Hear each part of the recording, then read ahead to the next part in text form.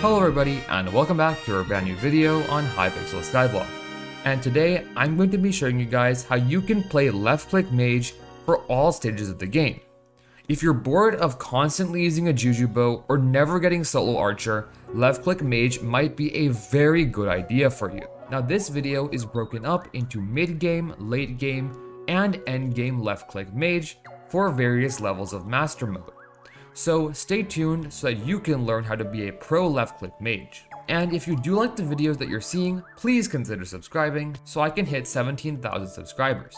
And make sure to join my Discord server as we do a lot of giveaways and art contests there. So if you like that, then make sure to join, it's in the description. So to start off the guide, let's go over some disclaimers and my own personal stats.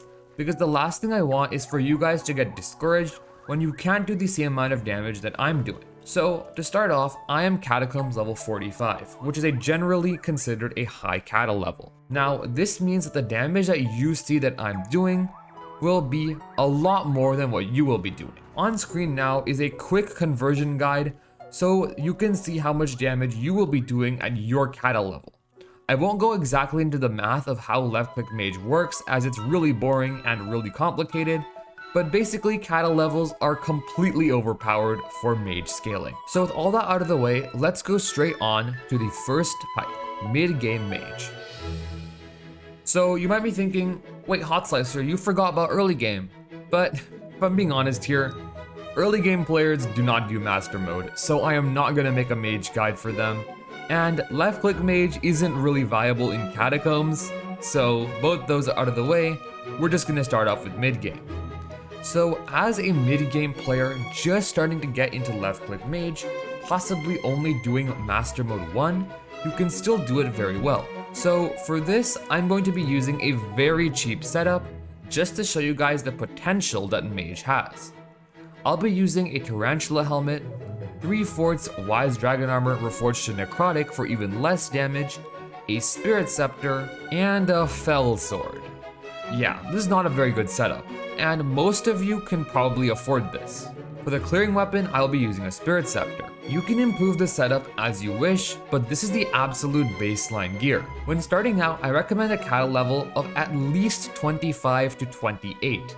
Under that, and you just won't do enough damage for it to even be worth playing left click mage. Now for the pet, I'm going to be using a baby yeti pet. This is a fairly cheap pet, and you can get an epic one for just 5 mil on the auction house, and it really helps balance out the low defense of the mage class, which is why I'm going to be using it. Now before we go into mage footage, let me go over the true purpose of mage in master mode, because I feel a lot of people do not actually understand what a mage is supposed to do.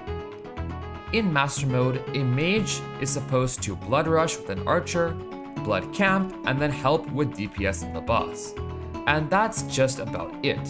If you like clearing and sweating secrets, then mage is not for you in master mode. So now me and my friend Kuth are going to show you how you can do a very good 2-person blood rush and how you can blood camp as a mage. So this is Kuth, and as a quick overview, he's Catacombs level 37, he has a juju bow, and he's using a baby yeti pet. So a very average archer that you might find. So here, Kuth is doing the mini boss, and I am basically just clearing any other mobs that I might need. The main role of mage when blood rushing is either just camping doors, like this, or helping clear the mobs that are very annoying for archers, such as mobs that are grouped up into large places. This is the mini boss room, so I will literally just sit at the door and camp it. And as you can see, like that, under 30 seconds we got a blood rush down. Very, very effective. So after this, you're going to get the secrets in the first room that's close to the blood door, but make sure to never make it so that you lose out on killing blood mobs before you get secrets. Alright, so now we're starting out here, and one of the most useful mods for blood camping has to be the SBE Blood Camp Helper. This is a very good mod. I would definitely recommend it because it shows you where the blood mobs are going to spawn. And there we go. By the time the map is cleared, my blood camp is over and we can go straight into the boss. Okay, so in boss, the role of mage kind of depends. But in general, you're going to be helping with DPS and getting those ice sprays off, as a mage has a much lower ice spray cooldown than other classes. So here I can ice spray this guy, and Kuth will just put that thing to the moon. So as you can see now, both me and Kuth are damaging this thing, and I'm doing about 1 mil a hit to it, so I'm definitely contributing quite a bit to the overall damage. Yeah, I'm doing about like 2 million a hit right now, which is very nice. So that wraps up early game mage. As a quick recap, this gear is really bad, but I can still blood camp to some degree and help with the blood rush. You will mostly be blood rushing with the archer and then hitting the blood mobs so that other people can go and clear the dungeon. And if everything goes well, the whole dungeon should be cleared by the time the blood camp is over. Now let's move on to late game mage. Now as a late game mage, I'm going to assume you're going to be mainly doing Master Mode 3. Anything beyond that and you start to go into the realm of Endgame mage. So let's get right into it. Now, unfortunately, at the late game mage, it is almost unavoidable, but you will unfortunately need a Hyperion. A 100 mil Midas staff can still be viable for clearing in master mode, but at this point, especially when you get to the M3, which is a very big difficulty spike for the dungeon, it will be extremely challenging to do mage clearing if you don't have a Hyperion. Now, I assume that if you're trying to play mage in M3, you have a fairly high net worth, and you can afford things like storm armor and some decent pets. So to play late game mage, you're going to want a golden professor head if you're going to do master mode 3, which I am assuming since that is the master mode floor that most late game players main. On top of this, you're going to want 3/4 storm armor, and as a weapon, the weapon I recommend most is the OFA Shadow Fury. This gives you a lot of speed and strength, and the strength will be very useful when you're going to have a baby yeti pet. Speaking of which, yeah, you're still going to use the baby yeti for a lot of the clearing, as it will be a little hard for you to survive with just storm armor. However, if you do want to be risky, I also recommend getting a zombie pet, as the Living Dead perk helps kill a lot of common dungeon mobs. Alternatively, you can also use a sheep pet, definitely very good for clearing. Alright, so now let's go into a Master Mode 3 floor, and I can show you guys how you can play late game mage. So at a party, this is what it's going to look like on average: 1 mage, which is you, 3 berserkers, and 1 archer. So me and the archer are going to basically blood rush, and I will use my baby yeti pet to have the max EHP. As you can see, I have 600,000 effective health right now. So for M3, I would recommend a cattle level of at least 35 for trying to play mage. Anything less than that and it won't be very good. So, as you probably know, Hyperion is going to be very good. This is a mini boss room, so I'm going to camp the door while the archer deals with that scary shadow assassin. There we go. And I can clear really well right now for all these small health mobs. I don't really need the archer. And here, another mini boss room. So yet again, I will sit here and basically just camp this door. And boom, just like that, 48 seconds. And just like Master Mode 1, I will get the secrets in the room before starting it, as it will help the party with overall score. Now you have to be kind of smart when doing this, and you want to make sure that you're still on time to the blood camp. So here we are, I was a little bit late to the blood camp, but that's fine. So now there's a mini boss you might have noticed, and the mini boss, especially for Bonzo, takes quite a bit of practice to really do well. You can see I'm doing about 900k right now, and as the dungeon run finishes, you're going to get a lot more blessings, so you're going to be doing more and more damage while blood camping. So as you've noticed, I'm using a mod that helps me with blood camping, and I definitely recommend this mod. It is called the SBE Blood Camp Helper, and definitely one of the best mobs for blood camping. So blood camping is something that I cannot tell you. It does need practice, and you do need to get the timing down to be able to blood camp well and hit the mobs mid-air. But with a little bit of practice, it's definitely achievable. And 2-tapping the mobs is fine, and just like that, like last time, perfectly as soon as the blood camp is over, the clear is also over. So in M3, the mage is going to go for the laser guardian or the healthy guardian, but I'd recommend laser.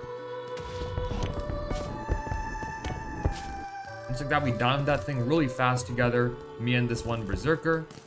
And if you're a low kata level, please just KB the professor as usual. Don't do all this fancy stuff where you don't knock back the professor. It's not worth it. Just do it as normal and it'll be fun. So I'm doing about 22 mil to the professor right now, so definitely a very nice amount of damage.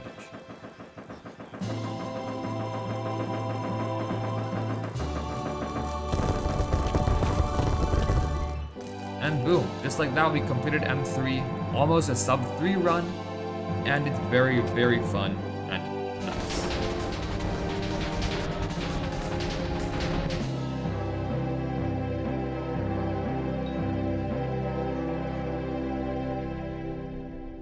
That is how you can play late game mage. Obviously, your damage will be a lot less than mine, but all of the same principles will still apply.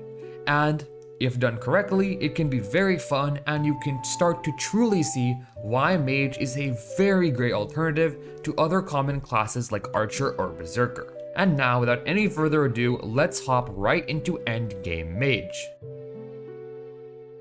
Alright, and now we've finally arrived at endgame mage. I do not claim to be a very good endgame mage.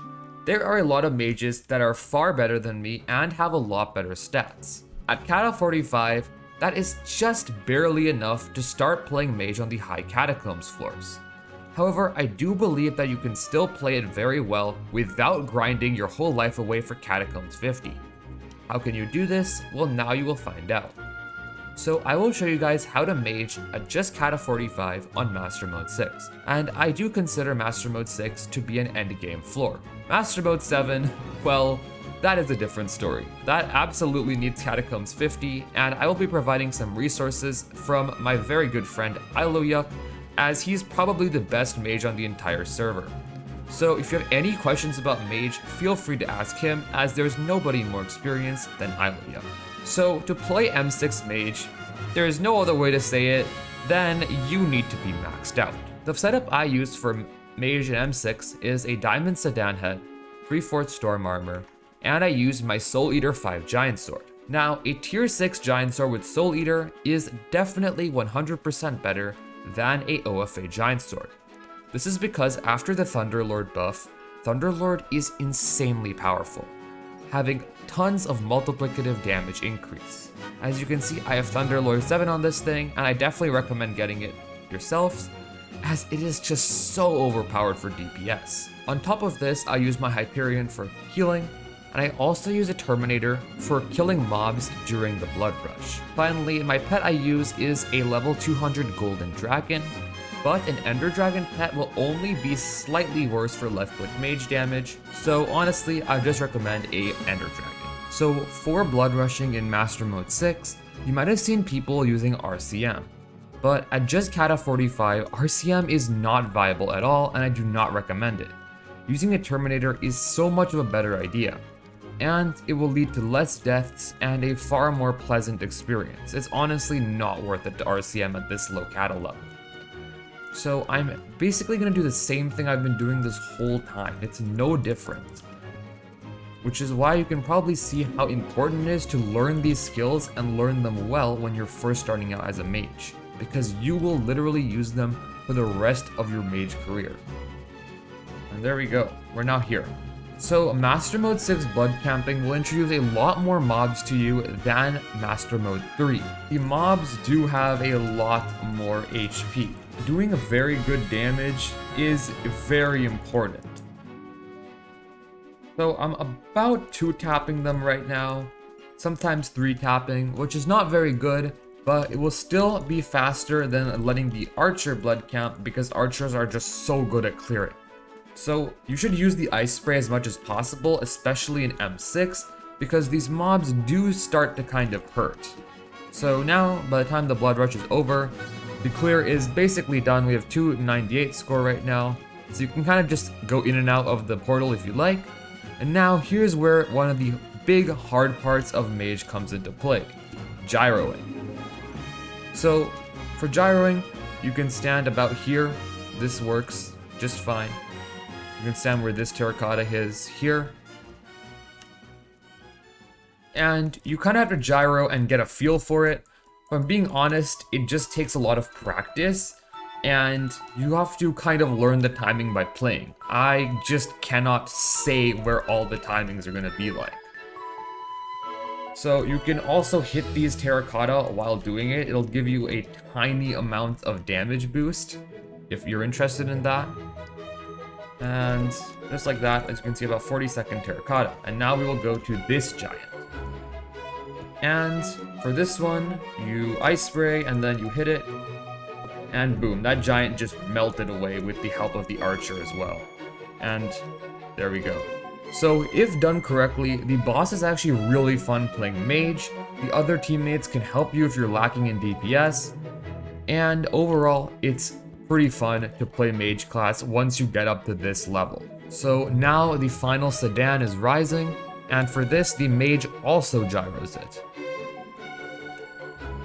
And there we go, boom. Very good run as a mage, and we've completed M6 with an S+. So that wraps up my ultimate updated mage guide. That's going to be it for this video. Thank you guys so much for watching. Please consider subscribing, and I'll see you guys all in the next one.